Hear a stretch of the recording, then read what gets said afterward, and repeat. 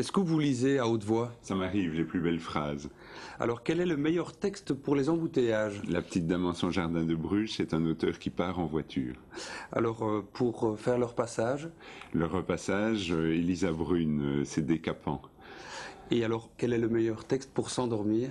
Peut-être les poésies érotiques de Willem M. Rogeman, mais je suis pas sûr que ça aide vraiment à dormir. Merci. Bonsoir, notre invité du jeudi est aujourd'hui Jean Liefrige pour nous parler des éditions Autrement dit. Alors, avant d'expliquer exactement ce que vous faites, que vous pouvez nous dire comment tout ça a commencé. Vous êtes prof de français. Oui. En fait, j'ai enseigné le français à l'université de Barcelone et je me suis aperçu que en anglais, il y avait énormément de choses en audiobooks et qu'en français peu, et en français, je vais dire, pour nos auteurs à nous, rien du tout. Et donc l'idée a germé ainsi.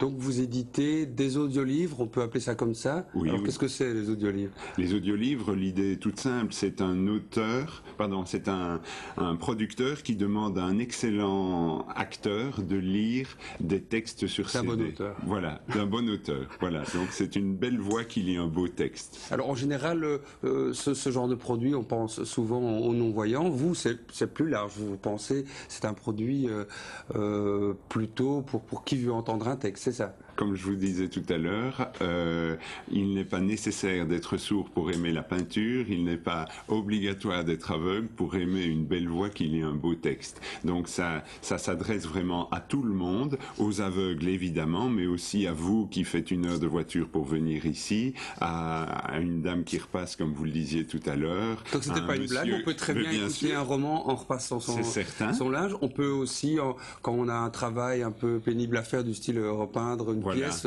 tout travail au lieu d'écouter la radio. Oui.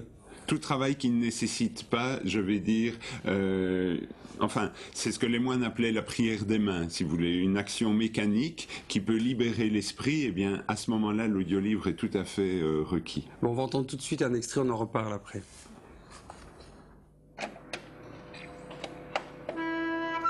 Parcourir l'arbre, se lier au jardin, se mêler aux forêts, plonger au fond des terres pour renaître de l'argile.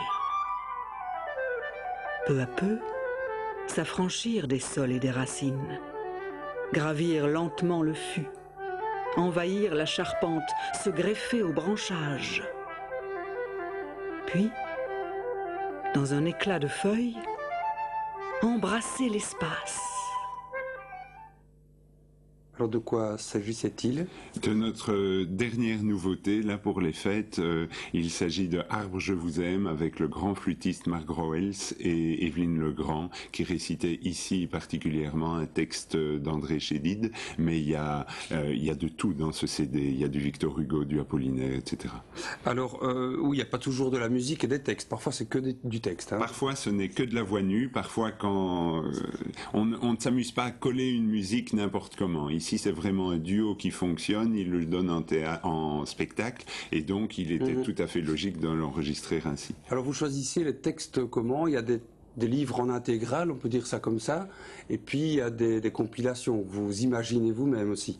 Voilà, c'est ça. Il y a vraiment deux types de travaux. Il y a par exemple Un mal de l'aumônier, c'est 7 CD, c'est la lecture intégrale du roman. La petite dame en son jardin de Bruges, j'en ai parlé aussi. De la même manière, parfois nous faisons un autre travail d'édition, par exemple par rapport à des lettres. Nous lisons toute la correspondance de Berlioz, et pour l'année Berlioz, nous avons sorti un CD qui reprend les meilleurs extraits des lettres de Berlioz pour comprendre ce grand génie de ce siècle. Alors on va voir des images d'un peu le catalogue qui commence à être quand même assez touffu. Les auteurs, c'est aussi un mix des classiques.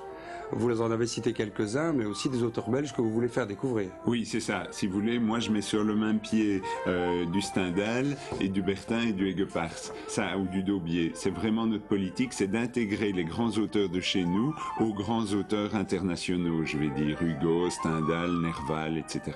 Pour les acteurs, même chose. Vous voulez aussi montrer que des acteurs belges sont capables de faire des bonnes choses, et qu'il ne faut pas nécessairement aller chercher des grands noms en France. C'est c'est évident pour moi. Ça, j'en suis absolument convaincu. Et on assiste même à un retournement, puisque l'UNESCO, le groupe francophone de l'UNESCO, nous a demandé de lire les textes à l'hommage Léopold Sédar Senghor. Donc il s'agit là vraiment d'une erreur de croire que tout ce qu'on fait à côté est toujours mieux. Alors, vous êtes une ASBL, le but, c'est justement de faire connaître ces auteurs, ces textes. Ce n'est pas de découvrir un nouveau marché ou de se lancer dans les affaires.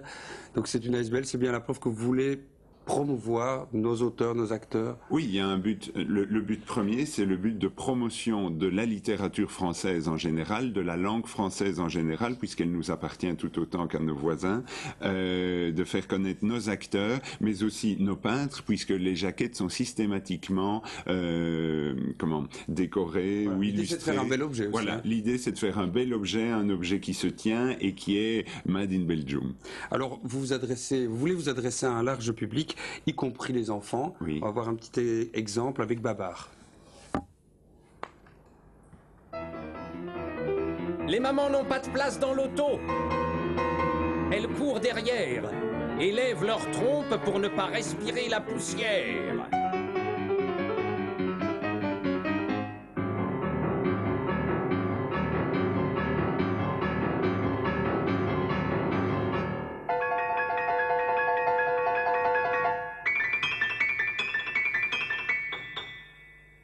Le même jour, hélas, le roi des éléphants, au cours d'une promenade, a mangé un mauvais champignon.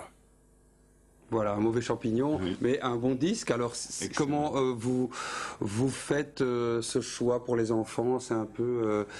parce qu'il y a beaucoup de littérature pour les enfants. Oui, mais ça, ce sont des chefs-d'œuvre, je veux dire, qu'on écoute à tout âge. Moi, là, je souriais, je suis vraiment dedans. Les adultes, je crois, prennent beaucoup de plaisir à écouter ce genre de choses. Pour enfants, on a aussi le Peau d'âne de Perrault, qui a été aussi là avec tout un travail de bruitage et de mise en musique d'époque. Et la preuve que c'est aussi bien pour adultes, il y a une postface d'un grand professeur d'université spécialisé dans Perrault et la littérature de ce siècle.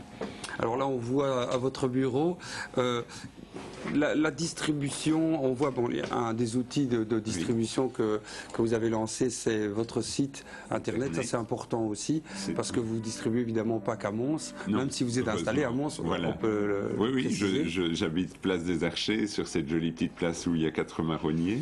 Et effectivement, le site internet est un des outils à l'heure actuelle importants. Et comme nous faisons de la voix, il est important que les gens puissent se rendre compte de la qualité de nos voix.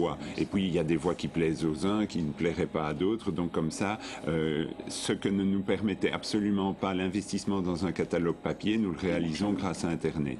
Et nous avons des contacts à travers le monde grâce à ce site. Ah, donc, d'abord, vous touchez tout le monde, et puis en plus, vous pouvez faire écouter les voix, et on peut commander aussi. Ah, et on peut commander, bien sûr, c'est le but. Je voudrais dire à ce sujet que dans une idée de promotion de cet objet et de ce produit, nous envoyons gratuitement, donc sans frais de port. Il suffit de nous contacter par email. Au même prix que dans une librairie. Au même prix qu'en librairie, voilà. Alors on peut noter l'adresse donc de votre site internet, parce que ça c'est important, et en même temps vous avez le numéro de téléphone pour les gens que ça intéresse. Dernière chose, les projets, est-ce que vous allez vous diversifier? Est-ce que vous allez vous lancer dans d'autres projets? Vous avez par exemple un CD musical qui va sortir. Oui, donc les projets, nous avons déjà de la poésie, des nouvelles et des romans, et maintenant nous nous lançons un peu dans la musique du monde. Nous avons été contactés par des Portugais, un des duos de guitare portugaise les plus extraordinaires qui existent à Lisbonne pour le moment, et nous avons sorti un CD là qui est encore tout chaud, je ne l'ai pas avec moi. Alors c'est du fado, on pourrait imaginer d'autres...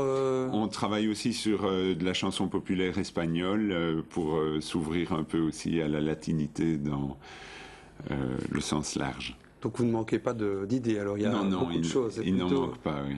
Alors merci en tout cas d'être venu, bon travail. Merci de m'avoir reçu. Merci à vous de nous suivre et à la prochaine fois.